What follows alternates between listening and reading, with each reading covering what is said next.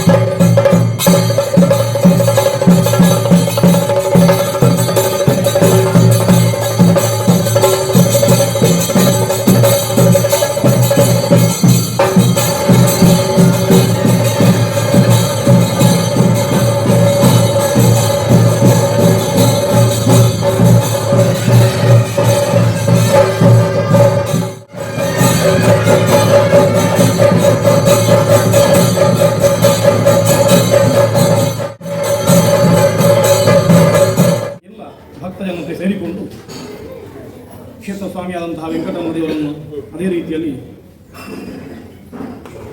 ಈಶ್ವರ ದೇವರನ್ನು, ಗಣಪತಿ ದೇವರನ್ನು ಪ್ರಾರ್ಥಿಸಿಕೊಂಡು, ಆಂಜನೇಯ ದೇವರನ್ನು ವಿಶೇಷವಾಗಿ ಪ್ರಾರ್ಥಿಸಿಕೊಂಡು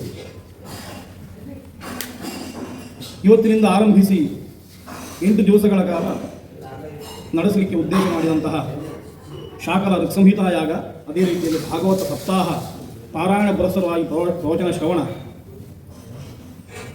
ದೇವರ ಪ್ರೀತ್ಯರ್ಥವಾಗಿ ಎಲ್ಲ ಭಕ್ತಜನ ಮಾಡಲಿಕ್ಕೆ ಉದ್ದೇಶಿಸಿದಂತಹ 5 ಲಕ್ಷಕ್ಕೆ ಕಮ್ಮಿ ಇಲ್ಲದಂತೆ ಪ್ರದಕ್ಷಿಣ ನಮಸ್ಕಾರ ಎನ್ನುವಂತಹ ಈ ಎಲ್ಲ ಸತ್ಕರ್ಮಗಳನ್ನು ಮಾಡಲಿಕ್ಕೆ ನಾವೆಲ್ಲ ಆರಂಭ ಮಾಡ್ತಾ ಇದ್ದೇವೆ. ಅದಕ್ಕೋಸ್ಕರವಾಗಿ ಮೊದಲಿಗೆ ಈ ಎಲ್ಲ ಕೆಲಸಗಳನ್ನು ಮಾಡಲಿಕ್ಕೆ ಸಮರ್ಥರಾದಂತಹ ಋತ್ವಿಜರನ್ನೆಲ್ಲ ಆಶ್ರಯಿಸಿ ಅವರನ್ನು ಆಮಂತ್ರಣ ಕೊಟ್ಟು ಬರಲಿಕ್ಕೆ ಹೇಳಿ, ಆಮೇಲೆ ಸ್ವಾಗತ ಮಾಡಿ ಅವರನ್ನು ಕೂತ್ಕೊಳ್ಳಿಸಿ ಅವರ ಹತ್ರ ವಿಜ್ಞಾಪನೆ ಮಾಡುವಂತಹ ಹೊತ್ತಿನಲ್ಲಿ ನಾವೆಲ್ಲ ಇದ್ದೇವೆ. ಎಲ್ಲ ಕೆಲಸಗಳು ಕೂಡ ಅದು ಪೂರ್ಣ ಆಗುವಂಥದ್ದು ಸಮರ್ಥರಾದಂತಹ ಋತ್ವಿಜರು ಇದ್ದರೆ ಅಂತ ಶಾಸ್ತ್ರ ಹೇಳ್ತದೆ, ವೇದವೇ ಹೇಳ್ತದೆ. ಯಮ ಋತ್ವಿಜ ಬಹುಧಾ ಕಲ್ಪಯಂತಹ ಸಚೇತಸಃ ಯಜ್ಞಂ ಇಮಂ ವಹಂತಿ ಯಹ ಅನೂಚಾನಃ ಬ್ರಾಹ್ಮಣಃ ಯುಕ್ತ ಆಸೀತ್ ಕಾಸ್ವಿತ್ ತತ್ರ ಯಜಮಾನಸ್ಯ ಸಂವಿದು ಅಂತ. ನಮಗೆ ಯಾವುದಾದ್ರೂ ಒಂದು ವಿಷಯವನ್ನು ಅನುಷ್ಠಾನ ಮಾಡಲಿಕ್ಕೆ ಅಥವಾ ಯಾವುದಾದ್ರೂ ಒಂದು ಕೆಲಸ ಮಾಡಲಿಕ್ಕೆ ಗೊತ್ತಿಲ್ಲ ಅಂತಂದರೆ ಆಗ ನಾವು ಏನು ಮಾಡಬೇಕು ಅಂತ ಪ್ರಶ್ನೆ ಬಂದರೆ ಆಗ ಕೃಷ್ಣ ಹೇಳ್ತಾನೆ, ನೀವು ತದ್ವಿಧಿ ಪ್ರಣಿಪಾತೇನ ಪರಿಪ್ರಶ್ನೆಯನ್ನು ಸೇವೆಯ. ಯಾರು ಗೊತ್ತಿದ್ದವರಿದ್ದಾರೆ ಅವರ ಹತ್ರ ಹೋಗಿ ಅವರಿಗೆ ನಮಸ್ಕಾರ ಮಾಡಿ ಈ ವಿಷಯದ ಬಗ್ಗೆ ಎಲ್ಲ ನನಗೆ ಜ್ಞಾನವನ್ನು ಕೊಡಬೇಕು ಅಂತ ಪ್ರಾರ್ಥನೆ ಮಾಡಬೇಕು ಅಂತ.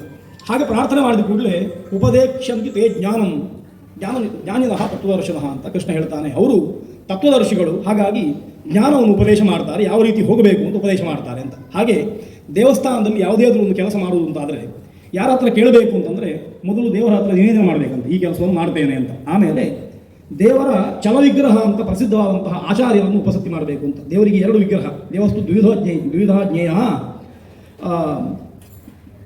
ಚಲಹ ಅಚಲಹ ಇತ್ಯಪಿ ಅಂತ. ಚಲವಿಗ್ರಹ ಅಚಲ ವಿಗ್ರಹ ಅಂತ 2 ಎನ್ನುವಂಥದ್ದು ಗರ್ಭಗುಡಿಯ ಒಳಗಿರುವಂತಹ ವಿಗ್ರಹ. ಚಲವಿಗ್ರಹ ಅಂತಂದರೆ ಆಚಾರ್ಯ ಅಂತ. ಆಚಾರ್ಯ ಜಂಗಮಃ ದೇವ ಬಿಂಬಸ್ತು ಸ್ಥಾವರಸ್ತಥ ಅಂತ ಶಾಸ್ತ್ರ ಹೇಳ್ತದೆ. ಬಿಂಬಕ್ಕೆ ಸ್ಥಾವರ ದೇವರು ಅಂತ ಹೆಸರು. ಒಂದು ಕಡೆಯಲ್ಲಿ ನಿಂತುಕೊಂಡು ಅನುಗ್ರಹ ಮಾಡುವಂಥ ಶಕ್ತಿ. ಆಚಾರ್ಯ ಜಂಗಮ ಜ್ಞೇಯ. ಆಚಾರ್ಯ ತಿರುಗಾಡಿಕೊಂಡು ಚೈತನ್ಯಯುಕ್ತವಾಗಿ, ಬಿಂಬದಲ್ಲಿ ಚೈತನ್ಯ ಇಲ್ಲ ಅಂತ, ಆಚಾರ್ಯದಲ್ಲಿ ವಿಶೇಷವಾದಂತಹ ಚೈತನ್ಯ ಇತ್ತು, ಪ್ರತಿವಚನಗಳನ್ನು ಕೊಡ್ಲಿಕ್ಕೆ ಸಮರ್ಥ ಅಂತ ಅರ್ಥ. ಹಾಗಾಗಿ ಅಂತಹ ಆಚಾರ್ಯರನ್ನು ಉಪಸಕ್ತಿ ಮಾಡಿ ನಾವು ಕೇಳಿಕೊಳ್ಬೇಕು ಅಂತ ಅರ್ಥ. ಸಂಹಿತಾಯಾಗ ಮಾಡಲಿಕ್ಕೆ ಬೇಕಾಗುವಂತಹ ಋತುಜರು, ಅದೇ ರೀತಿಯಲ್ಲಿ ಭಾಗವತ ಪಾರಾಯಣ ಮಾಡಲಿಕ್ಕೆ ವರ್ಣನೆ ಮಾಡಿದಂತಹ ಋತುಜರು, ಅದೇ ರೀತಿಯಲ್ಲಿ ವಿಶೇಷವಾಗಿ ಕ್ಷೇತ್ರದ ತಂತ್ರಿಗಳು, ಪಾಡಿಗಾರರು, ಅವರನ್ನೆಲ್ಲ ಬರಲಿಕ್ಕೆ ಹೇಳಿ ಅವರ ಹತ್ರ ನಾವೆಲ್ಲ ಅವರಿಗೆ ಬೇಕಾಗುವಂತಹ ಆದರ ಆತಿಥ್ಯಗಳನ್ನು, ಉಪಚಾರಗಳನ್ನು ಮಾಡಿ ಅವರ ಹತ್ರ ಪ್ರಾರ್ಥನೆ ಮಾಡುವಂಥದ್ದು.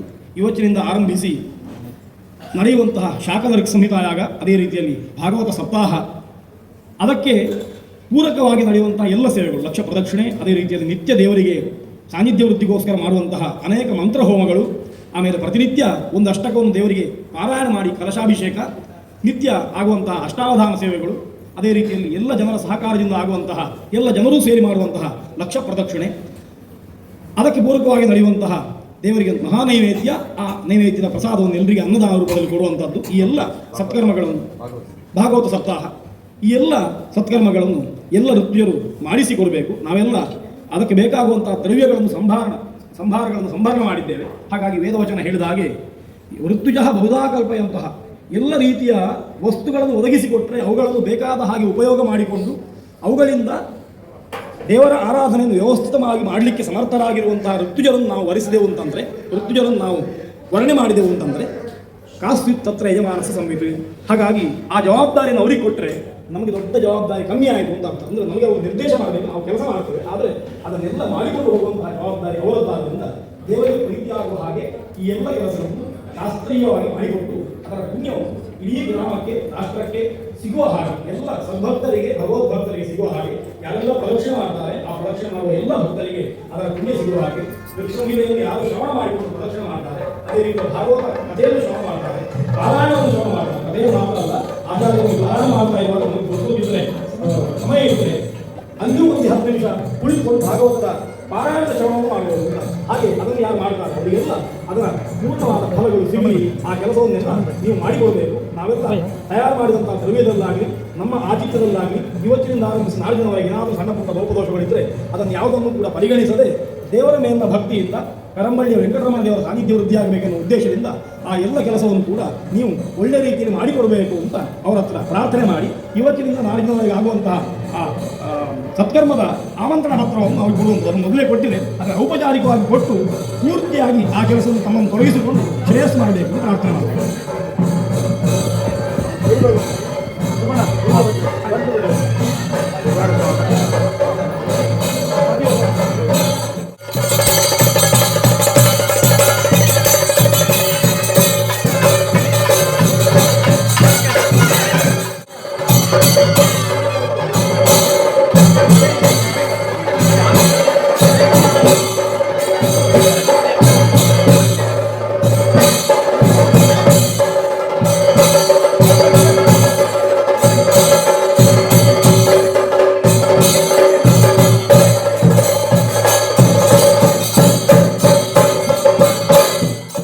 ಗುಣರಾಜಯೇ ವಿದ್ಯಾಯ ಸಿದ್ಧವಿದ್ಯಾಯ ಮಧ್ವಾಯ ಚ ನಮೋ ನಮಃ. ನಮ್ಮ ಬದುಕಿನಲ್ಲಿ ಭಗವತ್ಪರವಾದ ಕೆಲಸಗಳನ್ನು ಮಾಡ್ತಾನೇ ಇರಬೇಕು. ಭಗವದ್ಗೀತೆಯಲ್ಲಿ ಒಂದು ಮಾತು ಇದೆ, ದೇವಾನ್ ಭಾವಯತಾನೇನ ತೇ ದೇವಾ ಭಾವಯಂತುವಃ ಪರಸ್ಪರಂ ಭಾವಯಂತಹ ಶ್ರೇಯಪರಂ ಅವಾಪ್ಸ್ಯಥ ಅಂತ. ನಾವು ಕಾಲಕಾಲಕ್ಕೆ ದೇವತೆಗಳಿಗೆ ಏನಾದರೂ ವಿನಿಯೋಗ ಮಾಡಿದರೆ ಅದರ ಫಲ ದೇವತೆಗಳು ನಮಗೆ ಕೊಡ್ತಾರೆ ಹೊರತು ಅವ್ರಿಗೇನು ಬೇಕಾಗಿಲ್ಲ ನಮ್ಮಿಂದ. ಹಾಗಾಗಿ ನಾವು ಈ ಮಳೆ ಅಥವಾ ಸಮೃದ್ಧಿ, ಸುವೃಷ್ಟಿ, ಸುಭಿಕ್ಷೆ ಎಲ್ಲ ಬೇಕಾದರೂ ಕೂಡ ನಾವು ಭಗವಂತನಿಗೆ ಕೃತಜ್ಞತೆಯನ್ನು ಸಮರ್ಪಿಸಬೇಕು, ಭಗವಂತನಿಗೆ ಆರಾಧನೆ ಮಾಡಬೇಕು. ಈ ಪ್ರಪಂಚದಲ್ಲಿ ಏನೇ ಆದರೂ ಕೂಡ ಅದೆಲ್ಲವೂ ಕೂಡ ಭಗವಂತನಿಂದ ನಮಗೆ ಕೊಟ್ಟ ಕೊಡುಗೆ. ಒಂದು ಭೂಮಿಯಲ್ಲಿ ಒಂದು ಸಣ್ಣ ಬೀಜ ಮೊಳಕೆ ಹೊಡಿಬೇಕಾದರೂ ಕೂಡ ಮಣ್ಣು ಬೇಕು, ನೀರು ಬೇಕು, ಬೆಂಕಿ, ಸೂರ್ಯನ ಬಿಸಿಲು ಬೇಕು, ಆಕಾಶ ಬೇಕು, ಗಾಳಿ ಬೇಕು, ಅವಕಾಶ. ಹೀಗೆ ಪಂಚಭೂತಗಳಿಂದ ನಿರ್ಮಿತವಾದ ಎಲ್ಲ ಪದಾರ್ಥಗಳು ಕೂಡ ಭಗವಂತನ ಕೊಡುಗೆ. ಆದ್ದರಿಂದ ಅವನಿಗೆ ಸಮರ್ಪಿಸಿ ನಾವು ಅದನ್ನು ಸ್ವೀಕಾರ ಮಾಡಬೇಕು ಅಂತ ಹೇಳೋದು ನಮ್ಮ ಕರ್ತವ್ಯ. ಹಾಗಾಗಿ ಈಶಾವಾಸ್ಯಮಿದಂ ಸರ್ವಂ ಯತ್ಕಿಂಚ ಜಗತ್ಯಾಂ ಜಗತ್ ತೇನ ತ್ಯಕ್ತೇನ ಭುಂಜೀತಾಹಂ ಆಗೃತ ಕಸ್ಯ ಸ್ವಿಧನಂ ಅಂತ ಉಪನಿಷತ್ತು, ಈಶಾವಾಸ್ಯ ಉಪನಿಷತ್ತು ಹೇಳುತ್ತೆ. ಹಾಗಾಗಿ ನಮ್ಮಲ್ಲಿ ಸತ್ಕರ್ಮಗಳು, ಸದ್ವಿನಿಯೋಗಗಳಾಗ್ತಾ ಇದ್ದರೆ ಅದರ ಪರಿಣಾಮ ನಮ್ಮ ಮೇಲೇನೆ ಹೊರತು ದೇವತೆಗಳಿಗೆ ಅದು ಇಲ್ಲ, ಅಗತ್ಯ ಇಲ್ಲ. ಒಂದು ಮರದ ಎಲೆಗಳು ಹಚ್ಚ ಹಸಿರಾಗಿರಬೇಕಾದ್ರೆ, ಅದರಲ್ಲಿ ಬೇಕಾದಷ್ಟು ಹಣ್ಣು ಹೂಗಳು ತುಂಬಿ ಬರಬೇಕಾದ್ರೆ ಮರದ ಕೊಂಬೆಗಳಿಗೆ ನೀರು ಹಾಕಬೇಕಾಗಿಲ್ಲ. ಮರದ ಬುಡಕ್ಕೆ ನೀರು ಹಾಕಿದರೆ ತನ್ನಿಂದ ತಾನೇ ಎಲ್ಲವೂ ಕೂಡ ಸಮೃದ್ಧಿಯಿಂದ ತುಂಬಿ ತುಳುಕುತ್ತೆ.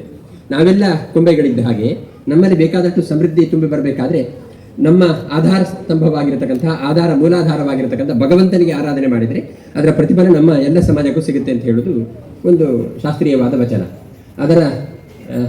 ಅದರಂತೆ ಇವತ್ತಿನಿಂದ ಪ್ರಾರಂಭಿಸಿ ಕರಂಬಳ್ಳಿ ವೆಂಕಟರಮಣ ದೇವಸ್ಥಾನ, ಈ ಹಿಂದೆನೂ ಕೂಡ ಈ ದೇವಸ್ಥಾನಕ್ಕೆ ರಘುಪತಿ ಭಟ್ರ ಮೊದಲ ಮಗನೇ ಎರಡನೇ ಮಗನ ಉಪನಯನಕ್ಕೆ ನಾನು ಪೇಜಾರಸ್ವಾಮಿ ಬಂದಿದ್ವಿ. ಉಪನಯನಕ್ಕೆ ನಾನು ಪೇಜಾರಸ್ವಾಮಿ ಬಂದಿದ್ವಿ ಇಲ್ಲಿಗೆ. ರಘುಪತಿ ಭಟ್ರೆ ಈ ಆಡಳಿತ ಮಮಟೇಶ್ವರರು ಮತ್ತು ಹಿಂದೆ ಶಾಸಕರಾಗಿದ್ದವರು ಮತ್ತು ಇದಕ್ಕೆ ಅಧ್ಯಕ್ಷರು ಕೂಡ ರಘುಪತಿ ಭಟ್ರೆ.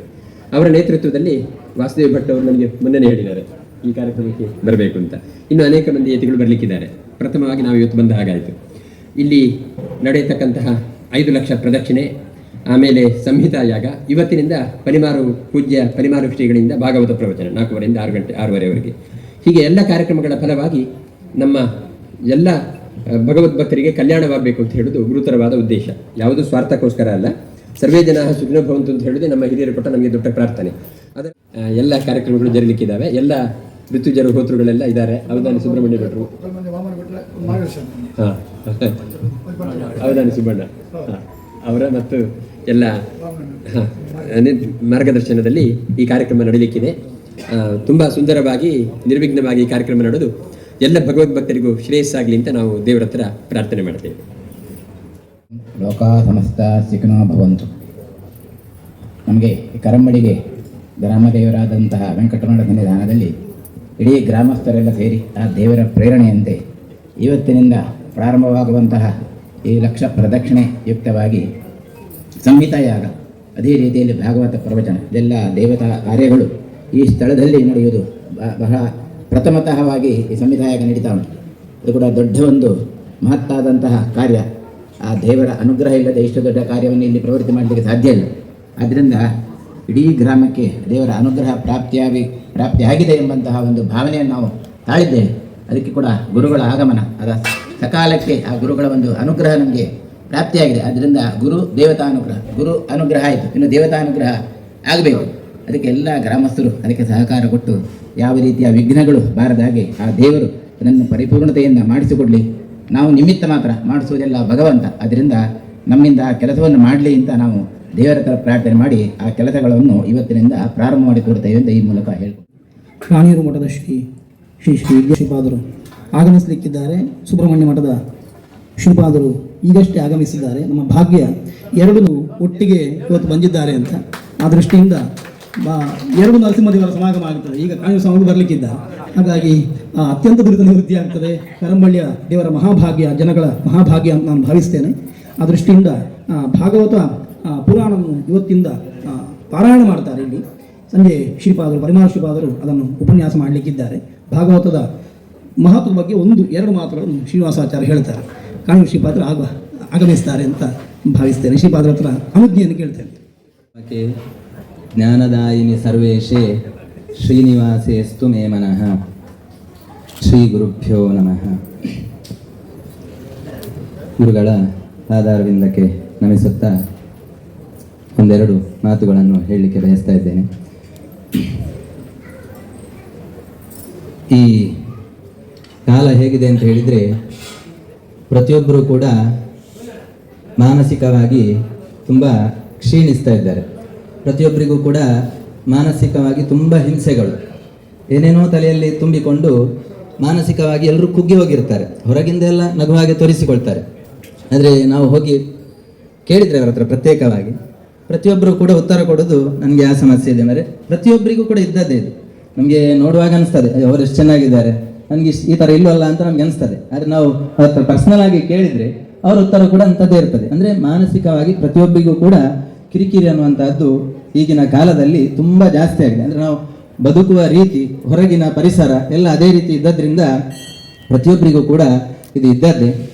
ಅದಕ್ಕೆ ದೊಡ್ಡ ಮದ್ದು ಯಾವುದು ಅಂತ ಹೇಳಿದರೆ ಭಾಗವತ ಶ್ರವಣ ಅಂತ ವೇದವ್ಯಾಸ ದೇವರು ಆ ಭಾಗವತ ಪುರಾಣದ ಕೊನೆಯಲ್ಲಿ ಹೇಳ್ತಾರೆ. ಯಾಕೆ ಈ ಭಾಗವತವನ್ನು ಕೇಳಬೇಕು ಅಂತ ಹೇಳಿದರೆ ಅವರು ಹೇಳ್ತಕ್ಕಂತಹ ಮಾತು, ಸಂಕೀರ್ತ್ಯಮಾನೋ ಭಗವಾನ್ ಅನಂತಃ ಶ್ರುತಾನುಭಾವ ವ್ಯಸನಂ ಹಿ ಪುಂಸಾಂ ಪ್ರವಿಶ್ಯ ಚಿತ್ತಂ ವಿಧುನೋತ್ಯಶೇಷಂ ತಮೋ ಯಥಾರ್ಕ ಅಭ್ರಮಿವಾತಿ ವಾತಃ ಅಂತ ಅವರು 2 ದೃಷ್ಟಾಂತವನ್ನು ಕೊಟ್ಟು ಹೇಳ್ತಾರೆ ವೇದವ್ಯಾಸ ದೇವರು. ನಮ್ಮ ಮನಸ್ಸಿನಲ್ಲಿ ನಮಗೆ ವ್ಯಸನಗಳು ದುಃಖಗಳು ಇರಬಾರ್ದು ಅಂತ ಆದರೆ ನಾವು ಏನು ಮಾಡಬೇಕು ಅಂತ ಹೇಳಿದರೆ ಮನಸ್ಸಿನ ಒಳಗೆ ದೇವರನ್ನು ತುಂಬಿಕೊಳ್ಬೇಕು ಅಂತ ಹೇಳ್ತಾರೆ. ದೇವರು ಯಾವಾಗ ನಮ್ಮ ಮನಸ್ಸಿನೊಳಗೆ ತುಂಬ್ತಾನೆ ಅಂತ ಹೇಳಿದರೆ ನಾವು ಸದಾಕಾಲ ಅವನ ಸ್ಮರಣೆಯನ್ನು ಮಾಡ್ತಾ ಇರಬೇಕಂತೆ. ಅವನ ಹೆಸರನ್ನು ಹೇಳ್ತಾ ಇದ್ದೆವು ಅಂತಾದರೆ ಭಗವಂತ ನಮ್ಮ ಮನಸ್ಸಿನ ಒಳಗೆ ಬಂದು ಕೂಡ್ತಾನೆ ಅಂತ. ಯಾವತ್ತೂ ಕೂಡ ಅವನ ಹೆಸರು ಹೇಳುವುದು ಅಷ್ಟು ಸುಲಭದಲ್ಲಿ ಇಲ್ಲ. ನಾವು ಒಬ್ಬರನ್ನು ಪ್ರತಿ ಕ್ಷಣವೂ ಕೂಡ ನೆನಪಿಸಿಕೊಳ್ಬೇಕು ಅಂತ ಹೇಳಿದರೆ ಅವನು ನಮಗೆ ಅಷ್ಟು ಉಪಕಾರ ಮಾಡಿದ್ದು ನಮಗೆ ಗೊತ್ತಿದ್ರೆ ಮಾತ್ರ ನಾವು ಅವನನ್ನು ಸ್ಮರಣೆ ಮಾಡ್ಕೊಳ್ತೇವೆ. ನಮ್ಮ ಜೀವನದಲ್ಲಿ ಯಾರು ನಮಗೆ ತುಂಬ ಉಪಕಾರ ಮಾಡಿರ್ತಾರೆ ಅವರನ್ನು ನಾವು ಯಾವತ್ತೂ ಕೂಡ ನೆನಪಿಸಿಕೊಳ್ತಾ ಇರ್ತೇವೆ. ಆ ರೀತಿ ಭಗವಂತ ನಮಗೆ ಯಾವ ರೀತಿ ಉಪಕಾರ ಮಾಡಿದ್ದಾನೆ ಎಂಬಂತಹ ತಿಳುವಳಿಕೆ ನಮಗೆ ಉಂಟು ಅಂತಾದರೆ ಅವನ ಸ್ಮರಣೆ ನಮಗೆ ಯಾವತ್ತೂ ಕೂಡ ಬರಲಿಕ್ಕೆ ಸಾಧ್ಯ. ಅದನ್ನು ತಿಳಿಸಿಕೊಡ್ಲಿಕ್ಕೋಸ್ಕರ ಈ ಭಾಗವತ ಪುರಾಣ ಇರುವುದು ಅಂತ ವೇದವ್ಯಾಸದವರು ಹೇಳ್ತಾರೆ. ಶ್ರುತ ಅನುಭಾವ, ಅನುಭಾವ ಅಂತ ಹೇಳಿದ್ರೆ ಮಹತ್ವ ಅಂತ ಅರ್ಥ, ಮಹಿಮೆ ಅಂತ ಅರ್ಥ.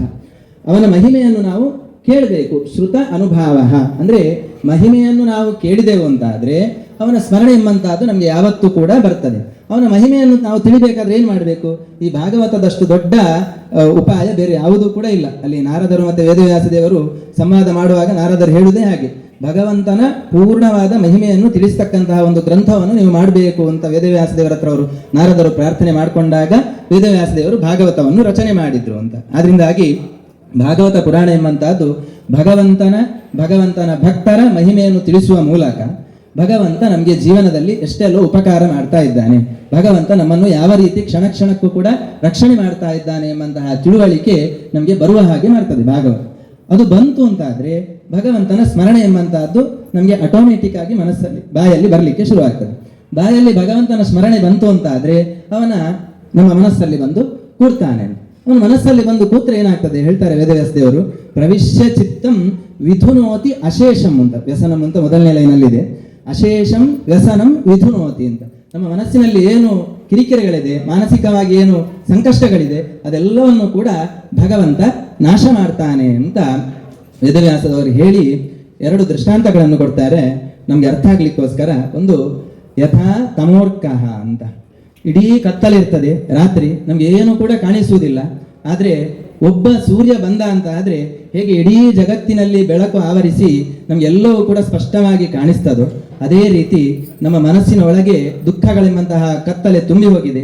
ಭಗವಂತ ಎಂಬಂತಹ ಸೂರ್ಯ, ಭಗವಂತನ ಸ್ಮರಣೆ ಎಂಬಂತಹ ಸೂರ್ಯ ಮನಸ್ಸಿನಲ್ಲಿ ಉದಿಸಿದ ಅಂತ ಆದ್ರೆ ಆ ಇರತಕ್ಕಂತಹ ದುಃಖಗಳೆಲ್ಲವೂ ಕೂಡ ನಾಶವಾಗಿ ಹೋಗ್ತದೆ ಅಂತ ಒಂದು ದೃಷ್ಟಾಂತ. ಇನ್ನೊಂದು ಹೇಳ್ತಾರೆ ಅಭ್ರಮಿವ ಅತಿವಾತಃ ಅಂತ.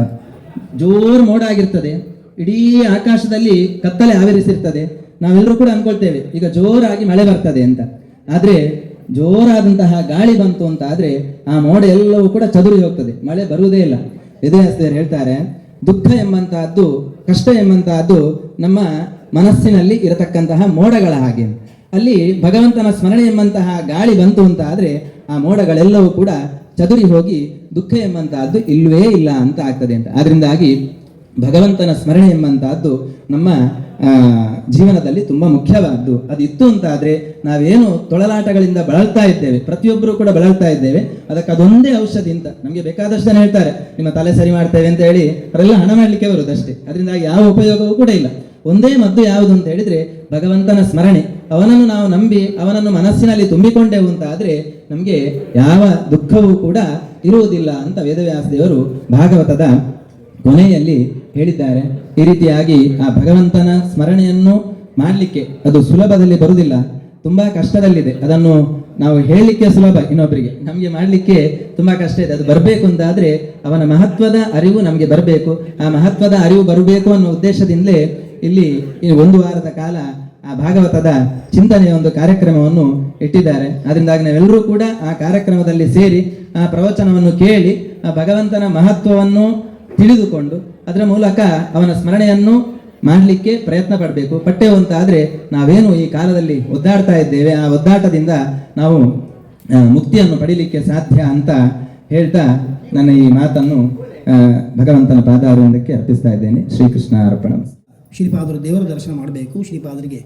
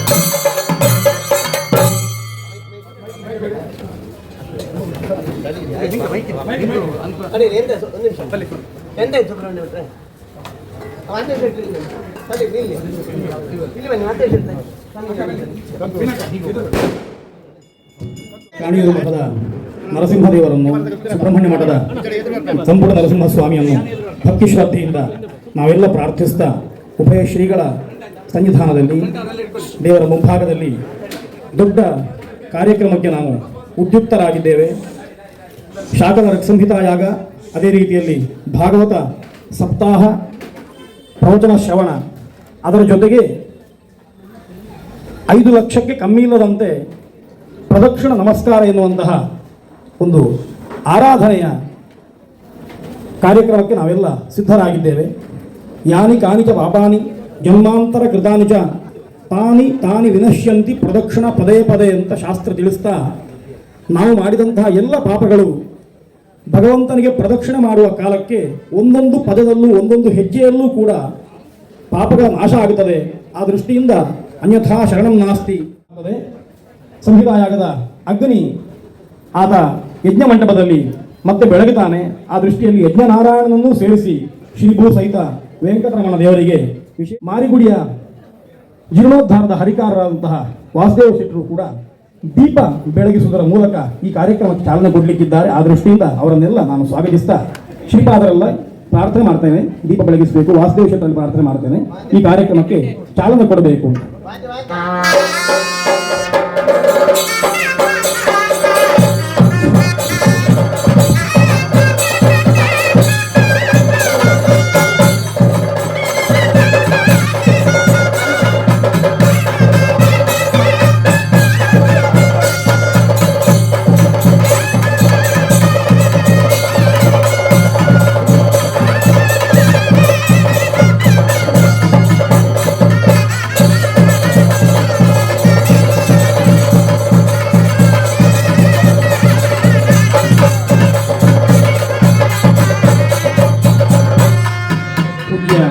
ಶ್ರೀರಾಮ ಜಯ ರಾಮ ಜಯ ಜಯ ರಾಮ ಶ್ರೀರಾಮ ಜಯ ರಾಮ ಜಯ ಜಯ ರಾಮ ಶ್ರೀರಾಮ ಜಯ ರಾಮ ಜಯ ಜಯ ರಾಮ. ಎಲ್ಲ ಭಕ್ತರು ಗಟ್ಟಿಯಾಗಿ ನಾಮತಾರಕ ಮಂತ್ರವನ್ನು ಹೇಳಬೇಕು, ಯಾರು ಕೂಡ ಮಾತಾಡಬಾರದು.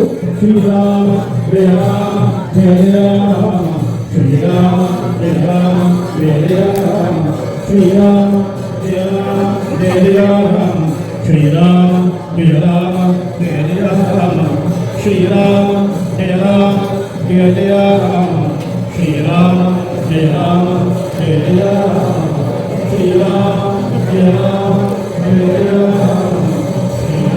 ಜಯ ಜಯ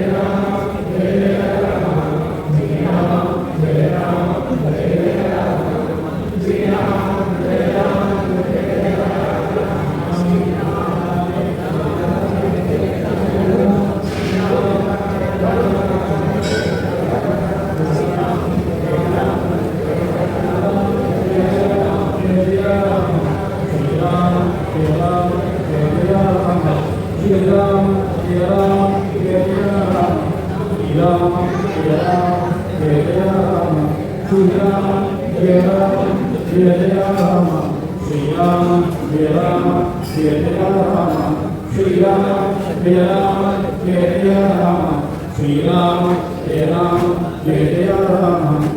ಶ್ರೀರಾಮ ಜಯ ರಾಮ ಜಯ ಜಯ ರಾಮ ಶ್ರೀರಾಮ ಶ್ರೀರಾಮ ಜಯ ರಾಮ ಜಯ ಜಯ ರಾಮ ಶ್ರೀರಾಮ ಜಯ ರಾಮ ಜಯ ಜಯ ರಾಮ ಶ್ರೀರಾಮ ಜಯ ರಾಮ ಜಯ ಜಯ ರಾಮ ಶ್ರೀರಾಮ ಜಯ ರಾಮ ಜಯ ಜಯ ರಾಮ ಶ್ರೀರಾಮ ಜಯ ರಾಮ ಜಯ ಜಯ ರಾಮ. ನಿಮ್ಮ ಕೈಯಲ್ಲಿರುವಂತಹ ಪುಷ್ಪಾಕ್ಷತೆಗಳನ್ನು ಇಲ್ಲದಿದ್ದರೆ ಪ್ರದಕ್ಷಿಣೆ ಸಂಕಲ್ಪ ಎಲ್ಲರೂ ಕೂಡ ಪ್ರದಕ್ಷಿಣೆಯನ್ನು ನಾಮಧಾರಕ ಮಂತ್ರ ಹೇಳುತ್ತಾ ಮುಂದುವರಿಸಬೇಕು. ಇನ್ನು ಪ್ರದಕ್ಷಿಣೆ ಮುಗಿದ ಬಳಿಕ ಆ ಪುಷ್ಪಾಕ್ಷತೆಯನ್ನು ಇಲ್ಲಿ ಸಮರ್ಪಿಸಲು ಸಾಕು. ಅಲ್ಲಿವರೆಗೆ ಪುಷ್ಪಾಕ್ಷತೆಯನ್ನು ಕೈ ಹಿಡಿದುಕೊಂಡು ಯಥಾಶಕ್ತಿಯಾಗಿ ಪ್ರದಕ್ಷಿಣೆಯನ್ನು ಎಲ್ಲರೂ ಮಾಡಬೇಕು. ಪ್ರದಕ್ಷಿಣೆ ಮಾಡುವಾಗ ಮಾತಾಡಬಾರದು. ರಾಮಧಾರಕ ಮಂತ್ರವನ್ನು ಜಪಿಸ್ತಾ ಪ್ರದಕ್ಷಿಣೆ ಮಾಡಬೇಕು. ನಿಮ್ಮ ಪ್ರದಕ್ಷಿಣೆ ಮುಗಿದ ಬಳಿಕ ಅದಕ್ಕೆ ಸಂಬಂಧಪಟ್ಟಂತಹ ಬರೆಯುವಂತಹ ವ್ಯವಸ್ಥೆ, ಪ್ರದಕ್ಷಿಣೆಯನ್ನು ಲೆಕ್ಕ ಇಡುವಂತಹ ವ್ಯವಸ್ಥೆ ಕೌಂಟರ್ನಲ್ಲಿ ಉಂಟು. ಅಲ್ಲಿ ಬಂದು ಪುಸ್ತಕಗಳನ್ನು ಸ್ವೀಕರಿಸಿ ಪ್ರದಕ್ಷಿಣೆಯ ಲೆಕ್ಕಾಚಾರವನ್ನು ನೀವು ಮಾಡಬೇಕು. ಕೊನೆಯ ದಿವಸ ನಿಮ್ಮ ಪ್ರದಕ್ಷಿಣೆ ಎಷ್ಟಾಯಿತು ಅಂತ ನೀವು ಅದನ್ನು ಒಪ್ಪಿಸಬೇಕು ಅಂತ ಎಲ್ಲರಲ್ಲಿ ವಿನಂತಿ ಮಾಡ್ತಾ ಇದ್ದೇನೆ. ಶ್ರೀರಾಮ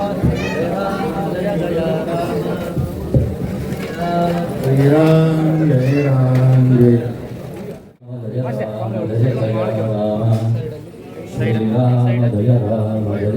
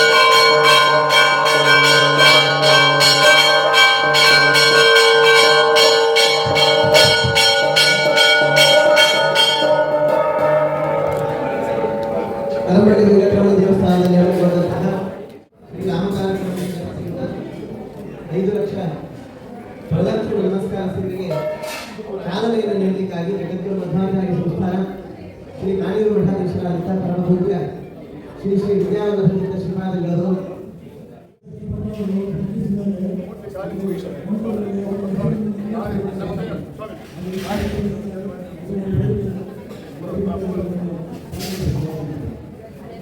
ವೆಂಕಟರಮಣೆ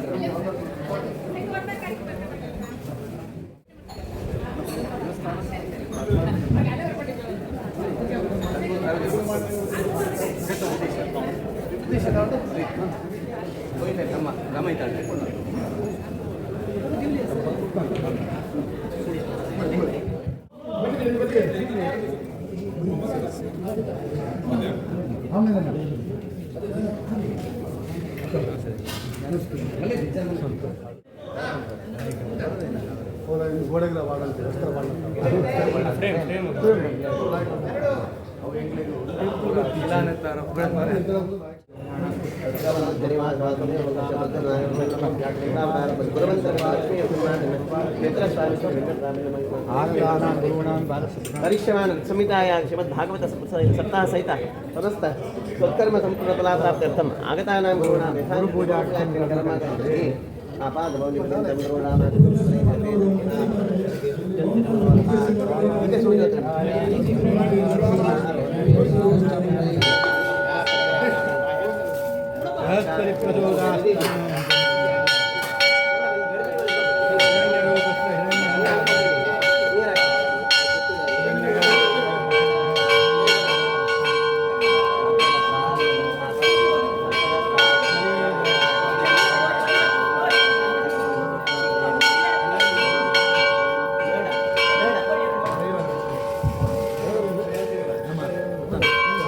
ಸುಯೋಗ ಒಂದು ದೊಡ್ಡ ಸತ್ಕರ್ಮಕ್ಕೆ ಹೊರಟ ಹೊತ್ತಿನಲ್ಲಿ 5 ಲಕ್ಷ ಪ್ರದಕ್ಷಿಣೆ ನಮಸ್ಕಾರ ಸೇವೆಯನ್ನು ಕೂಡ ಮಾಡಬೇಕು ಅಂತ ಹೇಳುವ ಸದಿಚ್ಛೆಯಂತೆ ಪರಮ ಪೂಜ್ಯ ಕಾಣಿಯೂರು ಮಠಾಧೀಶರಾದಂಥ ಶ್ರೀ ಶ್ರೀ ವಿದ್ಯಾವಲ್ಲಭ ಶ್ರೀಪಾದಗಳಿಂದ ಈ ಸತ್ಕರ್ಮಕ್ಕೆ ಚಾಲನೆ ಕೊಡಬೇಕು ಅಂತ ವಿನಂತಿ ಮಾಡಿಕೊಂಡಾಗ ಅವರು ಸಕಾಲದಲ್ಲಿ ಆಗಮಿಸಿ ಅದಕ್ಕೆ ಜ್ಯೋತಿ ಬೆಳಗಿಸಿ ಮತ್ತು ಸಮಸ್ತ ಭಕ್ತರೊಂದಿಗೆ ತಾವು ಕೂಡ ಪ್ರದಕ್ಷಿಣೆ ನಮಸ್ಕಾರಗಳು ಈ 5 ಲಕ್ಷ ಪ್ರದಕ್ಷಿಣೆಯಲ್ಲಿ ಇಂತಹ ಯತಿಪುಂಗವರ ಪ್ರದಕ್ಷಿಣೆ ನಮಸ್ಕಾರಗಳು ಸೇರಿಕೊಂಡಾಗ ಅದು ಭಗವಂತನಿಗೆ ಹೆಚ್ಚು ಸುಸೂತ್ರವಾಗಿ ಸುಲಭವಾಗಿ ತಲುಪಕ್ಕೆ ಕಾರಣ ಆಗ್ತದೆ ಅಂತ ಹೇಳಿ ನಾವು ಭಾವಿಸ್ತಾ ಇದ್ದೇವೆ.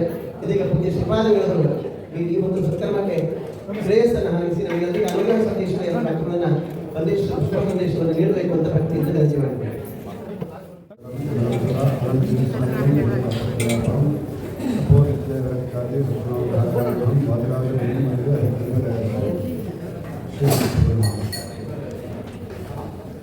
ಕಡಮಳ್ಳಿ ಶ್ರೀ ವೆಂಕಟರಮಣ ದೇವಸ್ಥಾನದಲ್ಲಿ ವಿಶೇಷವಾಗಿ ಸಂಹಿತಾ ಯಾಗ ಭಾಗವತ ಸಪ್ತಾಹ ಮಹೋತ್ಸವ ಹಾಗೂ 5 ಲಕ್ಷ ಪ್ರದಕ್ಷಿಣ ನಮಸ್ಕಾರದ ಈ ಒಂದು ಕಾರ್ಯಕ್ರಮ ಅತ್ಯಂತ ಅದ್ಧೂರಿಯಾಗಿ ಅದರ ಒಂದು ಪ್ರಾರಂಭದ ಉದ್ಘಾಟನೆಯ ಕಾರ್ಯಕ್ರಮವನ್ನು ಮಾಡಲಿಕ್ಕೆ ಬಹಳ ಸಂತೋಷವಾಗ್ತದೆ. ಪ್ರದಕ್ಷಿಣೆ ಅಂದರೆ ಪ್ರಕೃಷ್ಟವಾಗಿರ್ತಕ್ಕಂತಹ ದಕ್ಷಿಣ ಅಂದರೆ ಬಲಭಾಗ. ಸಾಮಾನ್ಯವಾಗಿ ಈ ಬಲಭಾಗ ಎಂಬುದು ಉತ್ಕೃಷ್ಟವಾಗಿರ್ತಕ್ಕಂತಹ ಒಂದು ಭಾಗ. ನಮ್ಮ ದೇಹದಲ್ಲೂ ಸಹಿತ ಬಲಭಾಗ ಎಂಬುದು ಶ್ರೇಷ್ಠವಾಗಿರ್ತಕ್ಕಂತಹ ಭಾಗ. ನಾವು ಸಾಮಾನ್ಯವಾಗಿ ಹೇಳ್ತಾರೆ ಬಲಗೈಯಲ್ಲಿ ಊಟ ಮಾಡಬೇಕು ಅಂತ ಹೇಳ್ತಾರೆ, ಬಲಗಿರಿಯಿಂದ ಕೇಳಬೇಕು ಅಂತ ಹೇಳ್ತಾರೆ. ಯಾದರೂ ತಂದೆ ಮಗನಿಗೆ ಉಪನಯನ ಮಾಡಬೇಕಾದರೆ ಬಲಗಿರಿಯಲ್ಲಿ ಮಂತ್ರೋಪದೇಶವನ್ನು ಮಾಡ್ತಾರೆ, ಬಲಗೈಯಿಂದ ಸ್ವೀಕಾರ ಮಾಡಬೇಕು ಅಂತ ಹೇಳ್ತಾರೆ. ಇಷ್ಟಂತ ಹೇಳಿದ್ರೆ ಏನಾದರೂ ನೀರು ಕುಡಿಯಬೇಕಾದರೂ ಸಹಿತ ಬಲಗೈಯಲ್ಲಿ ನೀರು ಕುಡಿಯಬೇಕು ಅಂತ ಹೇಳ್ತಾರೆ.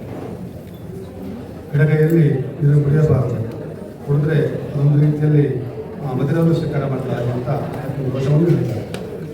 ಊಟದ ಸಮಯದಲ್ಲಿ ಅನಿವಾರ್ಯವಾಗಿ ಬಲಗೈಯಲ್ಲಿ ನೀರು ತಗೊಳ್ಳೋಕ್ಕೆ ಸಾಧ್ಯವಾಗುವುದಿಲ್ಲ ಅಂತ ಆದಾಗ ಎಡಗೈಯಲ್ಲಿ ನೀರನ್ನು ಕುಡಿಯುವ ಪ್ರಸಂಗದಲ್ಲೂ ಸಹಿತ ಬಲಗೈ ಸ್ಪರ್ಶ ಮಾಡಿ ಕುಡಿಬೇಕು ಅಂತ ಹೇಳ್ತಾರೆ. ಅಷ್ಟು ಬಲಭಾಗಕ್ಕೆ ಅಷ್ಟು ಮಹತ್ವವನ್ನು ನೀಡಿದ್ದಾರೆ. ಅಂತಹ ಬಲ ನಮ್ಮ ಬಲಭಾಗವನ್ನು ಮುಂದಿಟ್ಟುಕೊಂಡು ದೇವರಿಗೆ ನಾವು ಸುತ್ತು ಹಾಕುವುದೇ ಪ್ರದಕ್ಷಿಣೆ ಅಂತ ಹೇಳ್ತಾರೆ. ನಮ್ಮ ದೇಹದ ಬಲಭಾಗ ದೇವರ ಸುತ್ತಲೂ ಬರುತ್ತೆ. ಸಾಮಾನ್ಯ ಪ್ರದಕ್ಷಿಣೆ ಹಾಕಬೇಕಾದ್ರೆ ಅದು ಹೀಗೆ ಪ್ರದಕ್ಷಿಣೆ ಹಾಕುತ್ತದೆ. ನಮ್ಮ ಬಲಭಾಗ ದೇವರ ಸುತ್ತಲೂ ಇರುತ್ತೆ ಅಂತ ಅಂದರೆ ನಮ್ಮ ಬಲಭಾಗವನ್ನು ದೇವರ ಮುಂದೆ ಇರಿಸಿಕೊಂಡು ಹಾಕತಕ್ಕಂಥ ಒಂದು ಸ್ತುತಿ ಪ್ರದಕ್ಷಿಣೆ ಅಂತ ಹೇಳಿದರೆ ಅಂತಹ ಪ್ರದಕ್ಷಿಣೆ ದೇವರನ್ನು ಕೇಂದ್ರವಾಗಿ ಇರಿಸಿಕೊಂಡು ನಾವು ಸುತ್ತು ಹಾಕ್ತೇವೆ. ನಾವು ಅಂದರೆ ದೇವರು ಪ್ರಧಾನ ಸ್ವತಂತ್ರ ಅಂತ ಅರ್ಥ, ನಮ್ಮ ನಿಯಾಮಕ ಅಂತ ಅರ್ಥ. ಆ ದೇವರನ್ನು ಕೇಂದ್ರವಾಗಿ ಇರಿಸಿಕೊಂಡು ನಾವು ಪ್ರದಕ್ಷಿಣೆ ಹಾಕ್ತೇವೆ, ಸುತ್ತ ಹಾಕೋದು ಅಂತ ಅರ್ಥ. ಅಂದರೆ ನಮಗೆಲ್ಲದಕ್ಕೂ ಸಹ ದೇವರೇ ಕಾರಣ ಎಂಬ ನಿಮಿತ್ತವಾಗಿ ಇಟ್ಟುಕೊಂಡು ನಾವು ದೇವರ ಸುತ್ತಲೂ ತಿರುಗುವುದೇ ಇದನ್ನು ಪ್ರದಕ್ಷಿಣೆ ಅಂತ ಹೇಳ್ತಾರೆ. ಅಷ್ಟೇ ಅಲ್ಲ, ನಮ್ಮ ಮನಸ್ಸು ಸಹಿತ ದೇವರ ಸುತ್ತಲೇ ತಿರುಗಬೇಕು ಅಂತ ಅರ್ಥ.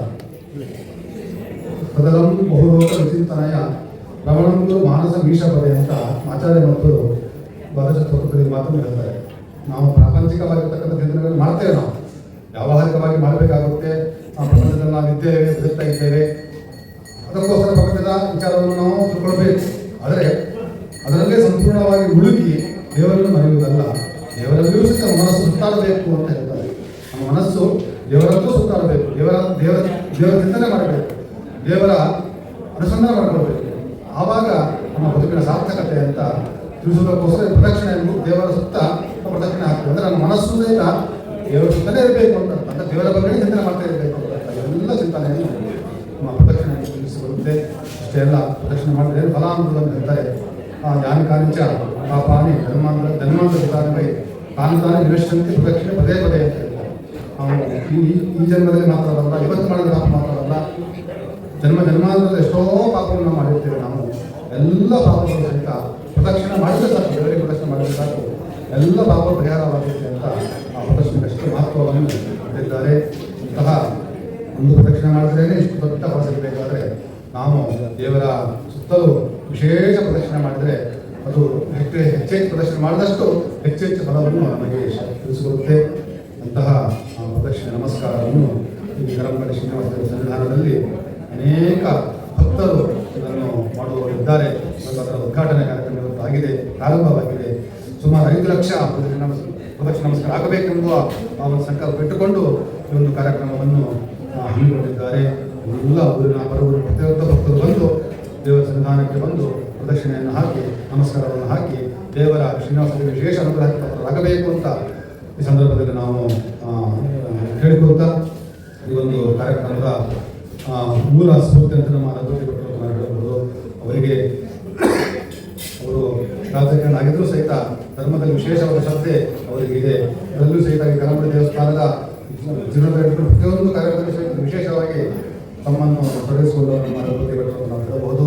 ಇಂತಹ ಅನುಭೂತಿ ಭಟ್ರ ಈ ಒಂದು ಸಂಕಲ್ಪ, ಈ ಒಂದು ಚಿಂತನೆ ಅತ್ಯಂತ ಅದ್ಭುತವಾಗಿರ್ತಕ್ಕಂಥದ್ದು. ಯಾಕಂತ ಹೇಳಿದ್ರೆ ಈ ನಿಮಿತ್ತವಾಗಿ ಎಲ್ಲ ಜನರನ್ನು ಒಗ್ಗೂಡಿಸ್ತಕ್ಕಂತಹ ಒಂದು ಕಾರ್ಯಕ್ರಮವನ್ನು ಹಮ್ಮಿಕೊಂಡದ್ದು ನಿಜವಾಗಲೂ ಸಹಿತ ಒಂದು ಮಾದರಿಯಾಗಿರ್ತಕ್ಕಂತಹ ಸ್ಫೂರ್ತಿದಾಯಕವಾದಂತಹ ಕಾರ್ಯಕ್ರಮವಾಗಿದೆ. ಇಂತಹ ಸಹಿತ ವಿಶೇಷವಾಗಿ ಶ್ರೀನಿವಾಸ ದೇವರು ಅನುಗ್ರಹ ಮಾಡಲಿ. ಅದೇ ತರಹವಾಗಿ ಈ ಒಂದು ಕಾರ್ಯಕ್ರಮದಲ್ಲಿ ಭಾಗವಹಿಸತಕ್ಕಂಥ ಎಲ್ಲ ಕರಂಬಡಿ ವಲಯದ ಎಲ್ಲ ಸಜ್ಜನರು ಮತ್ತು ಅಕ್ಕಪಕ್ಕದ ಪ್ರತಿಯೊಬ್ಬರಿಗೂ ಸಹಿತ ದೇವರ ಅನುಗ್ರಹವಾಗಲಿ ಎಂಬ ಸಂದರ್ಭದಲ್ಲಿ ಶ್ರೀನಿವಾಸ ದೇವರು ವಿಶೇಷವಾಗಿ ಪ್ರಾರ್ಥನೆ ಮಾಡ್ತಾ, ಶ್ರೀನಿವಾಸ ದೇವರು ಬಹಳ ಅಪರೂಪ ಇದೆ. ಯಾಕಂತ ಹೇಳಿದ್ರೆ ಈ ಥರ ಮಾತಾಡ್ತಿದ್ದೆವು. ಒಂದು ನಮ್ಮ ಚಿಕ್ಕಪಾಡಿಯಲ್ಲಿ ಶ್ರೀನಿವಾಸ ದೇವರ ಸನ್ನಿಧಾನ ಇದೆ, ಪ್ರಾಚೀನವಾದ ಸನ್ನಿಧಾನ ಇದೆ. ಅದು ಬಿಟ್ಟರೆ ಇಲ್ಲೇ ಕರಂಬಡಿಯಲ್ಲಿ ಶ್ರೀನಿವಾಸ ವಿಶೇಷವಾದ ಪ್ರಾಚೀನ ಸಾನ್ನಿಧ್ಯವುಳ್ಳಂಥ ಶ್ರೀನಿವಾಸ ದೇವರ ಸನ್ನಿಧಾನ ಇರುವುದು ಬಹಳ ಅಪರೂಪವಾಗಿರ್ತಕ್ಕಂತಹ ಸನ್ನಿಧಾನ. ಆದ್ದರಿಂದ ತಿರುಪತಿಗೆ ಹೋಗ್ಲಿಕ್ಕೆ ಆಗುವುದಿಲ್ಲ ಅಂತ ಅನಿವಾರ್ಯವಾಗಿ ಹೋಗ್ಲಿಕ್ಕೆ ಆಗದಿದ್ದವರು ಕೊನೆಯ ಪಕ್ಷ ಕರಂಬಡಿಗೆ ಬಂದರೂ ಸಾಕು ಶ್ರೀನಿವಾಸ ದೇವರ ತಿರುಪತಿ ದರ್ಶನ ಮಾಡುವ ಪುಣ್ಯವಾದ ಹರೇ ಶ್ರೀನಿವಾಸ, ಹರೇ ವೆಂಕಟೇಶ, ಕರಂಬಡಿಯ ಶ್ರೀನಿವಾಸ ದೇವರ ಅನುಗ್ರಹ ಎಲ್ಲರಿಗೂ ಆಗಲಿ ಅಂತ ಸಂದರ್ಭದಲ್ಲಿ ಪ್ರಾರ್ಥನೆ ಮಾಡುತ್ತಾ ಮಾತುಗಳಿಗೆ ಹೇಳ್ತಿದ್ದೇವೆ. ಜನರನ್ನು ಒಗ್ಗೂಡಿಸುವಲ್ಲಿ ದೊಡ್ಡ ಕೆಲಸವನ್ನು ಮಾಡಿದವರು. ಅದರಲ್ಲಿ ಅನುಮತಿ ಭಟ್ರ ಪಾತ್ರ ಕೂಡ ಇತ್ತು. ಆ ಮೂಲಕ ಮಾಲಿಗುಡಿಯ ಕಳೆದ ಇಡೀ ಹಳದ ವರ್ಷದಲ್ಲಿ ಕರಾವಳಿ ಭಾಗದಲ್ಲಿ ನಡೆದಂತಹ ಒಂದು ಮಹೋನ್ನತವಾದಂತಹ ಧಾರ್ಮಿಕ ಪರ್ವದ ನೇತೃತ್ವವನ್ನು ವಹಿಸಿದಂಥವರು ವಾಸ್ತೇಶ್ವರರು ಇವತ್ತು ನಮ್ಮೊಂದಿಗೆ ಇದ್ದು ಈ 5 ಲಕ್ಷ ಪ್ರದಕ್ಷಿಣೆ ಪಾಲ್ಗೊಂಡಿದ್ದಾರೆ. ಅವರಿಗೆ ಇವತ್ತೇನಾದರೂ ಶುಭಗಳನ್ನು ಮಾಡಬೇಕು ಅಂತ ವಿನಂತಿ ಮಾಡಬೇಕು. ಸ್ವಾಮೀಜಿಗಳಿಗೆ ವಂದನೆ. ನಮ್ಮ ವೆಂಕಟರಮಣ ಸನ್ನಿಧಿಯಲ್ಲಿ ಇವತ್ತು ನಡೆಯುವಂತಹ ಈ ಒಂದು ಪೂಜೆ ಹೋಮ, ಅದರಲ್ಲಿ ಪ್ರದಕ್ಷಿಣೆ, ಈ ಪ್ರದಕ್ಷಿಣೆ ಅದಕ್ಕೆ ನನಗೂ ಭಾಗ್ಯ. ಇದರಲ್ಲಿ ಪ್ರದಕ್ಷಿಣೆ ಬರುವಾಗಲೇ ಮನೆಯಲ್ಲೆಲ್ಲ ಮನಸ್ಸಿನಲ್ಲಿ ಈಗ ಎಷ್ಟು ದಿನ ಸಿಗ್ತದೆ ಅಷ್ಟು ದಿನ ನಾವು ಬಂದು ನಾವು 9 ಪ್ರದಕ್ಷಿಣೆ ಬರ್ತೇವೆ. ನಾವೆಲ್ಲ ಕಾಪುನಮ್ಮನ ಸನ್ನಿಧಿ ಇಡೀ ಎಲ್ಲ ಜೀರ್ಣೋದ್ಧಾರದವರು 9 ಸಂಖ್ಯೆ ನವದುರ್ಗ ಐಕ್ಯ ಸ್ವರೂಪಿಣಿ ಕಾಪುನಮ್ಮ ಅಂತ ಹೇಳಿ ಎಲ್ಲ ಇಷ್ಟು ದೊಡ್ಡ ಒಂದು ದೇವಸ್ಥಾನ ಆಗಿದ್ರೆ ಅದು ಅಮ್ಮನ ಅನುಗ್ರಹ. ಅಮ್ಮ ಕಾಪುನಮ್ಮ ಗರ್ಭವತಿ ಭಟ್ರನ್ನು ಅದು ಯಾವ ರೀತಿ ಸೆಳೆದಿದ್ದಾರೆ ಏನು ಅಂತ ವಿಷಯ ನನಗೂ ಗೊತ್ತಿಲ್ಲ. ನಾನು ಬಂದು ಮಹತ್ತರವಾದಲ್ಲಿ ಅಮ್ಮನ ಒಂದು ಸೇವೆ ನವದುರ್ಗ ಲೇಖನ ಯಜ್ಞ, ನವದುರ್ಗ ಲೇಖನ ಯಜ್ಞಕ್ಕೆ ನಮ್ಮ ರಘುವತಿ ಭಟ್ರನ್ನು ಅಧ್ಯಕ್ಷರಾಗಿ ಮಾಡಿ ಅವರ ಒಂದು ಮುಂದಾಳತ್ವದಲ್ಲಿ ಆ ಲೇಖನ ಬರೀಬೇಕು ಎಂಬ ಒಂದು ಚಿಂತನೆ ಬಂದಾಗ ನಾನು ಫಸ್ಟ್ ಬಂದ ರಘುವತಿ ಭಟ್ರು ನನಗೆ ಬಂದು ಹೇಳಿದೆ. ಅವರಿಗೆ ಅದರ ವಿಷಯ ಏನು ಅಂತ ಅವರು ಕೂಲಂಕಷ ನೋಡಲಿಲ್ಲ. ಆದ್ರೆ ಅಮ್ಮ ಅವರ ಮನಸ್ಸಿನಲ್ಲಿ ಕೂಡಲೇ ಇಲ್ಲ ಭಾವಣ್ಣ, ನನಗೆ ಅದೊಂದು ಭಾಗ್ಯ, ನಾನು ಅದನ್ನು ಭಾಗವಹಿಸ್ತೇನೆ ಅಂತ ಹೇಳಿ ಇವತ್ತು 99,999 ಪುಸ್ತಕ ಪ್ರಿಂಟ್ ಆಗಿ ಅಮ್ಮನ ಸನ್ನಿಧಿಯಲ್ಲಿದೆ. ಅದರಲ್ಲಿ ಸಾವಿರಾರು ಭಕ್ತರು ನವದುರ್ಗ ಲೇಖನವನ್ನು ಬರೆದಿದ್ದಾರೆ. ಆ ಲೇಖನ ಪುಸ್ತಕದ ಬಗ್ಗೆ ಅದು ಸಾವಿರಾರು ವರ್ಷಕ್ಕೆ ಇರಬೇಕು ಪುಸ್ತಕ ಎಂಬ ಚಿಂತನೆ ಬಂದಾಗ ರಘುಪತಿ ಭಟ್ರು ಮಣಿಪಾಲ್ ಪ್ರೆಸ್ನಲ್ಲಿ ಪ್ರತಿಯೊಂದು ಹಂತದಲ್ಲಿ ನನ್ನನ್ನು ಕರ್ಕೊಂಡು ಹೋಗಿ ಅದನ್ನು ಚಿಂತನೆ ಮಾಡಿದ ಆ ಒಂದು ಕ್ರಮ ಅದೆಲ್ಲ ನನಗೆ ತುಂಬಾ ಇದಾಗಿದೆ, ನನಗೊಂದು ಬಲ ಬಂದಾಗಿದೆ. ಆ ನಂತರ ನಡೆದ ಹೋಮದಲ್ಲಿ ನವಚಂಡಿ ಹೋಮ ಪ್ರತಿಯೊಂದರಲ್ಲಿ ಭಾಗವಹಿಸಿ ಎಷ್ಟೋ ಕಡೆ ಹೋಗಿ ಅದರ ಬಗ್ಗೆ ಪ್ರಚಾರ ಕೊಟ್ಟಿದ್ದಾರೆ. ಅದೆಲ್ಲ ವೆಂಕಟರಮಣನ ಅನುಗ್ರಹ. ಅವರು ಇದರ ಜೀರ್ಣೋದ್ಧಾರದಲ್ಲಿ ಭಾಗವಹಿಸಿದ್ದು ನನಗೂ ಅವಾಗಲೂ ಒಂದು ಅವರಿಂದಾಗಿ ಅವರ ಸ್ನೇಹದಿಂದಾಗಿ ನಾವು ತುಂಬಾ ವರ್ಷದಿಂದ ಸ್ನೇಹಿತ. ಅವರೊಬ್ಬರು ರಾಜಕಾರಣಿ ಅಥವಾ ಒಂದು MLA ಅಂತ ನಾನು ಹಾಗೆ ನೋಡಿದ್ರೆ ನಾನು ಬಾರಿ ಸ್ವಲ್ಪ ದೂರನೇ ಇರ್ತೇನೆ ರಾಜಕಾರಣಿಗಳಿಂದ. ರಘುಪತಿ ಭಟ್ರು ಒಬ್ಬ ಆತ್ಮೀಯ ಸ್ನೇಹಿತ ಎಂಬುದಾಗಿ ನಾನು ಹೇಳಿದ್ದೇನೆ. ಮನಸ್ಸಿನಲ್ಲಿ ಇವತ್ತು ಈ ಒಂದು ದೊಡ್ಡ ಇದಕ್ಕೆ ನನ್ನ ಹತ್ರ ನೀವು ಚಾಲನೆ ಕೊಡ್ಬೇಕಂತ ಹೇಳಿದಾಗ ನಾನು ನಮ್ಮ ಒಡೆಯ ಜನಾರ್ದನ ಮತ್ತು ಅಮ್ಮನ ಹತ್ರ ಪ್ರಾರ್ಥಿಸಿ ಬಂದಿದ್ದೇನೆ. ನಾನು 9 ಪ್ರದಕ್ಷಿಣೆ ಬಂದೆ. ರಘುಪತಿ ಭಟ್ರು ತಾವು ಒಳಗೆ ಬಂದ್ರೆ ಅಂತ ಸ್ವಾಮೀಜಿಗಳು ಇಲ್ಲಿಂದ ಅವರು 9 ಬರ್ತಾ ಇದ್ರು. ನಮಗೆಲ್ಲರೂ 9ರ ಸಂಖ್ಯೆ ಅಂದ್ರೆ ಈಗ ಪ್ರತಿಯೊಂದು ಅದೊಂದು ರೂಢಿಯಾಗಿಬಿಟ್ಟಿದೆ. ಬೆಳಿಗ್ಗೆ ವಾಕಿಂಗ್ ಮಾಡುವಾಗಲೂ 9 ಹಾಗೆ. ಇದನ್ನು ಎಲ್ಲರೂ ರೂಢಿಸಿಕೊಂಡ್ರೆ ಆರೋಗ್ಯಕ್ಕೂ ಒಳ್ಳೆಯದು, ದೇವರ ಅನುಗ್ರಹ ಒಳ್ಳೆಯದು. ಇವತ್ತು ನಡೆಯುವ ಈ ಇದರಲ್ಲಿ ರಘುಪತಿ 5 ಲಕ್ಷ, ನಾನು 9 ಸುತ್ತು ಬಂದು ಹೇಳ್ತಿದೆ, ಸುವರ್ಧನಿಗೆ ಹೇಳಿದೆ 5,55,555 ಪ್ರದಕ್ಷಿಣೆ ಬರಬೇಕು, ಎಲ್ಲರಿಗೂ ಒಳ್ಳೆಯದಾಗಲಿ ಅಂತ ಪ್ರಾರ್ಥಿಸ್ತೀನಿ.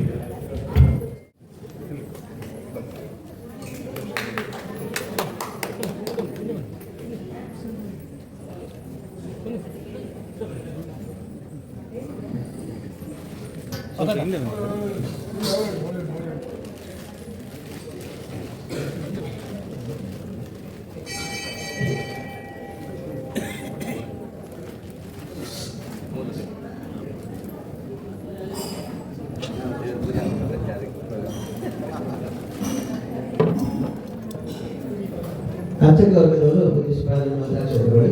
ಅನಂತರ ಸ್ವಾಮೀಜಿಯವರನ್ನ ನಾವಿಲ್ಲಿಂದ ಬೀಳ್ಕೊಳ್ಬೇಕು. ತಯಾರು ಮಾಡಿಕೊಂಡಿದ್ದೇವೆ. ದೇವರು ದೊಡ್ಡ ಮನಸ್ಸು ಮಾಡಿ ಆ ಎಲ್ಲ ಆರಾಧನೆಯನ್ನು ಸ್ವೀಕಾರ ಮಾಡಿಕೊಳ್ಬೇಕು. ದೊಡ್ಡ ಕೆಲಸ. ಅದಕ್ಕೆ ಬರತಕ್ಕಂತಹ ವಿಘ್ನ ವಿಡ್ಡೂರಗಳನ್ನೆಲ್ಲ ದೇವರು ದೂರೀಕರಿಸಬೇಕು. ಎಲ್ಲ ಕಾರ್ಯಕ್ರಮಗಳು ಸಾಂಗವಾಗಿ ಸಂಕಲ್ಪಿತ ರೀತಿಯಲ್ಲಿ ನಡೆಯುವ ಹಾಗೆ ದೇವರ ಅನುಗ್ರಹ ಮಾಡಬೇಕು. ಅದಕ್ಕೆ ಬೇಕಾಗುವಂತಹ ಜನಸಹಾಯ, ಅದಕ್ಕೆ ಬೇಕಾಗುವಂತಹ ಧನ ಸಹಾಯ, ಅದಕ್ಕೆ ಬೇಕಾಗುವಂತಹ ಎಲ್ಲ ರೀತಿಯ ಸಹಕಾರಗಳನ್ನು ದೇವರು ಒದಗಿಸಬೇಕು. ನಾವೆಲ್ಲ ದೇವರ ಸೇವೆ ಮಾಡಲಿಕ್ಕೆ ಕಟಿಬದ್ಧರಾಗಿದ್ದೇವೆ, ದೇವರ ಕಿಂಕರರಾಗಿದ್ದೇವೆ. ಆ ಸಂಕಲ್ಪದಲ್ಲಿ ದೇವರ ಪ್ರದಕ್ಷಿಣೆಯನ್ನು ನಾವು ಮಾಡ್ತೇವೆ. ಬರತಕ್ಕಂತಹ ದುಷ್ಟಾರಿಷ್ಟಗಳನ್ನು ಪರಿಹಾರ ಮಾಡಿಕೊಟ್ಟು ಗ್ರಾಮ ರಾಷ್ಟ್ರಕ್ಕೆ ಕ್ಷೇಮವನ್ನು ಮಾಡಬೇಕು. ಲೋಕಕ್ಕೆ ಬರುವಂತಹ ಆತಂಕವನ್ನು, ಭಯವನ್ನು ನಿವಾರಣೆ ಮಾಡಿಕೊಡಬೇಕು. ಪ್ರತಿಯೊಬ್ಬ ಭಕ್ತನಿಗೆ ವೈಯಕ್ತಿಕವಾಗಿ ಬರತಕ್ಕಂತಹ ದುಷ್ಟಾರಿಷ್ಟಗಳನ್ನು ಪರಿಹಾರ ಮಾಡಿ ಅವರವರು ಮಾಡುವಂತಹ ಸಾಧನೆಯ ಮಾರ್ಗದಲ್ಲಿ ಅವರಿಗೆ ದಿಗ್ದರ್ಶನ ಮಾಡಬೇಕು, ಮಾರ್ಗದರ್ಶನ ಮಾಡಬೇಕು. ಮುಖ್ಯವಾಗಿ ಸಾಹಿತ್ಯ ವೃದ್ಧಿ ಮಾಡಿಕೊಂಡು ದೇವಸ್ಥಾನದಲ್ಲಿ ಆಗುವಂತಹ ನಿತ್ಯ, ನೈಮಿತ್ತಿಕ, ಕಾಮ್ಯ ಎಲ್ಲ ರೀತಿಯ ಸೇವೆಗಳು, ಉತ್ಸವಾದಿಗಳನ್ನು ದೇವರು ಒಳ್ಳೆ ರೀತಿಯಲ್ಲಿ ಮಾಡಿಸಿಕೊಡಬೇಕು. ಎಲ್ಲ ಭಕ್ತಜನರಿಗೂ ಕೂಡ ಕ್ಷೇಮವನ್ನು ಮಾಡಬೇಕು, ಲೋಕಕ್ಕೆ ಕ್ಷೇಮವನ್ನು ಮಾಡಿಕೊಡಬೇಕು ಅಂತ ಇವತ್ತಿನಿಂದ ಆರಂಭಿಸಿ ನಾಡಿನವರೆಗೆ ನಾವು ಮಾಡುವಂತಹ ಎಲ್ಲ ಕಾರ್ಯಕ್ರಮಗಳ ಲೋಪದೋಷವನ್ನು ಪರಿಹಾರ ಮಾಡಿಬಿಟ್ಟು ಪೂರ್ಣವಾಗಿ ಸ್ವೀಕಾರ ಮಾಡಿ ಅದರ ಪೂರ್ಣ ಪ್ರಸಾದವನ್ನು ದೇವರು ನಮಗೆ ಅನುಗ್ರಹ ಮಾಡಬೇಕು, ನಮಗೆ ಅನುಭವದ ರೂಪದಲ್ಲಿ ಅನುಗ್ರಹ ಮಾಡಬೇಕು. ಆ ದೃಷ್ಟಿಯಿಂದ ನಾವೆಲ್ಲ ಸೇರಿ ದೇವರ ಹತ್ರ ಕೈ ಜೋಡಿಸಿ ಪ್ರಾರ್ಥನೆ ಮಾಡ್ತೇವೆ. ಇದನ್ನೆಲ್ಲ ದೇವರ ಕೆಲಸ, ಅದನ್ನು ನಾವು ಮಾಡ್ತೇವೆ. ಮಾಡಲಿಕ್ಕೆ ದೇವರ ಅನುಜ್ಞೆಯನ್ನು ಕೊಟ್ಟು ನಮಗೆ ಅನುಗ್ರಹ ಮಾಡಬೇಕು ಅಂತ ಕಾರ್ಯಾರಂಭ ಕಾಲದಲ್ಲಿ ಇಷ್ಟದೇವರನ್ನು, ಕುಲದೇವರನ್ನು, ಗ್ರಾಮದೇವರನ್ನು, ರಾಮಾಜಿದೇವರನ್ನು, ಶ್ರೀಭೂ ಸಹಿತ ವೆಂಕಟರಮಣ ದೇವರನ್ನು, ಉಡುಪಿಯ ಕೃಷ್ಣ ಮುಖ್ಯಪ್ರಾಣ ದೇವರನ್ನು, ಸಂಬಂಧಪಟ್ಟಂತಹ ಎಲ್ಲ ದೇವರನ್ನು ಪ್ರಾರ್ಥನೆ ಮಾಡಿಕೊಂಡು ದೇವರಿಗೆ ನಾವು ಅನುಜ್ಞೆಯನ್ನು ಕೇಳ್ತಾ ಇದ್ದೇವೆ.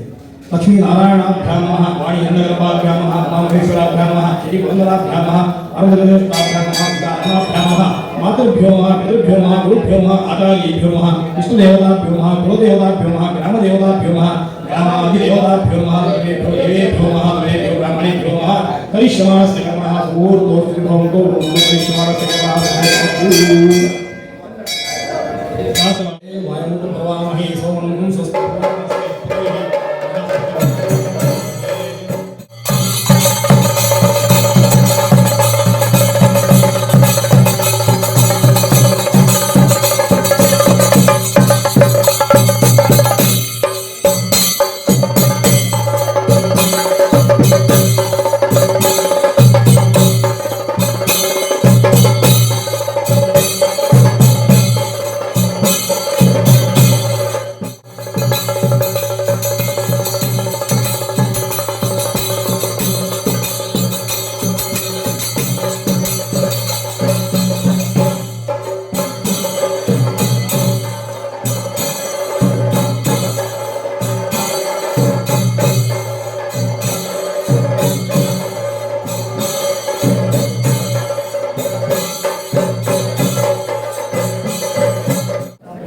ಆ ದೇವರ ಸಾಧಾರಣವಾಗಿ ಸೋಮವಾರದಿಂದ ಆ ದೇವರ ಸಾನ್ನಿಧ್ಯ ಆಗಿದ್ದರಿಂದ ಎಲ್ಲರೂ ಕೂಡ ಬೇಡಿ ಬರ್ತಾ ಇದ್ದೆ. ದಯವಿಟ್ಟು ಗ್ರಾಮದ